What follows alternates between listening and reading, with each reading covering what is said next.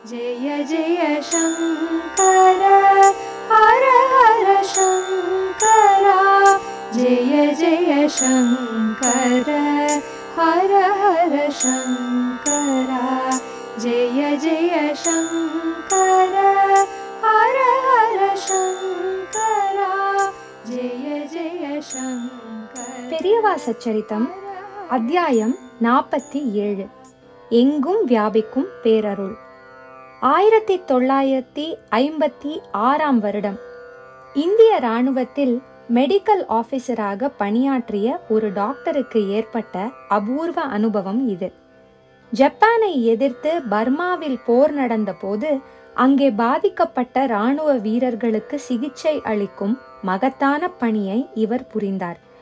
அச்சமயத்தில் இவர் ஒரு தடவை போர்க்களத்தில் இருந்த சமயம் ஒரு குண்டு இவரையும் தாக்கியதில் மயக்கமுற்று விழுந்து விட்டார்.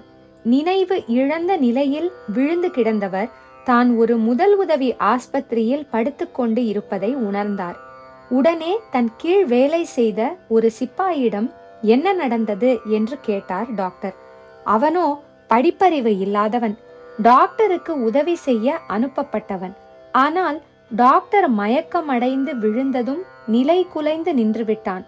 என்ன செய்வது என்று புரியாமல் நின்று கொண்டு இருந்தவன் முன் ஒரு சந்நியாசி காவி உடையுடன் தோன்றினாராம். ஏன் இப்படி ஒண்ணுமே செய்யாம நிக்கிற? உடனே டாக்டரை உன் தோளில் தூக்கி கொண்டு பக்கத்தில் இருக்கும் ஆஸ்பத்திரிக்கு ஓடு என்று சொல்லி மறைந்து விட்டாராம். அவர் சொன்னபடி சிப்பாயும் நடந்து கொண்டதால் டாக்டர் பிழைத்து கொண்டார். ஏதோ படிப்பு வாசனை இல்லாதவன் கூறுகிறான் என்று நினைத்து டாக்டரும் அந்த சந்நியாசி கதைக்கு முக்கியத்துவம் தரவில்லை. மறுத்தும் விட்டார் என்றுதான் சொல்ல வேண்டும். சில மாதங்களில் அவர் பூரண குணமடைந்தார். அத்துடன் போரும் முடிந்து இருந்தது. அதனால் எப்போதும் வணங்கும் தெய்வமான மகா பெரியவாளை தரிசிக்க நேரில் வந்தார். அந்த சிப்பாய் சொன்ன அபூர்வ நிகழ்ச்சியை இப்போது மகானிடம் சொல்ல மெதுவாக ஆரம்பித்தார். அதற்குள் சர்வ வியாபியான அந்த ஈஸ்வரரே முந்திக் கொண்டார். எனக்கு தெரியுமே, நானே அங்கு வந்திருந்தேன், நீதான் என்னை பார்க்கல என்றதும் டாக்டர் திகைப்பினால் உறைந்து விட்டார். அப்படியெனில் அந்த சிப்பாய் சொன்னது அத்தனையும் உண்மை என்பது இப்போதுதான் டாக்டருக்கு புரிந்தது. எங்கும் பரபிரம்மமாய் ஸ்ரீ பெரியவா வியாபித்தருளி தன்னை காப்பாற்றினதையும் அதை அந்த ஈஸ்வரரே காட்சி சொல்லி மெய்ப்பித்து அருளியதையும் டாக்டர் அறிந்து உருகி போனார்.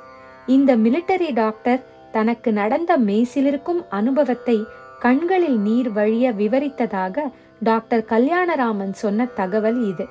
இப்படிப்பட்ட பெருங்கருணை தெய்வத்தின் மேல் நாம் கொள்ளும் பூரண சரணாகதி பக்தி நம்மை சகல தோஷங்களில் இருந்து விடுபடச் செய்து எல்லா நலன்களையும் ஈந்து சகல சௌபாகியங்களுடனும் சர்வ மங்களத்துடனும் காப்பாற்றி அருளும் என்பது சத்தியம். ஜெய ஜெய சங்கர ஹர ஹர சங்கர மகா பெரியவா சரணம்.